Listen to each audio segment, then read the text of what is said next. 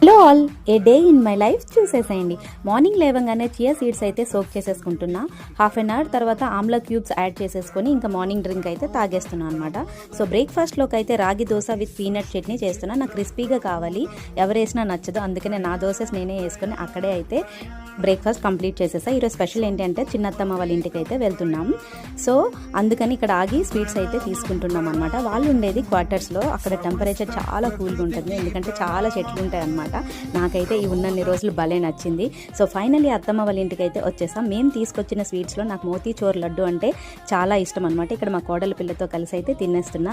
తర్వాత అయితే వీటితో ఆడుకున్నా. అత్తని చూసి చాలా రోజులైంది కదా వాడు, సో అందుకని బాగా ఆడేసుకున్నాడు. నిద్ర వచ్చేసింది, పడుకున్నాడు. భలే క్యూట్గా అనిపించి క్యాప్చర్ చేసా. లంచ్లోకి అయితే పప్పు నాకు నచ్చదు కాబట్టి స్వీట్ ఆవకాయ విత్ అప్పడంతో తిన్నా. ఈవినింగ్ వర్షం పడుతుంటే అత్తమ్మ అయితే పకోడీ చేసి పెట్టారు, చాలా బాగుంది. వీడియో కనుక నచ్చినట్టయితే ఛానల్ని తప్పకుండా సబ్స్క్రైబ్ చేసుకోండి.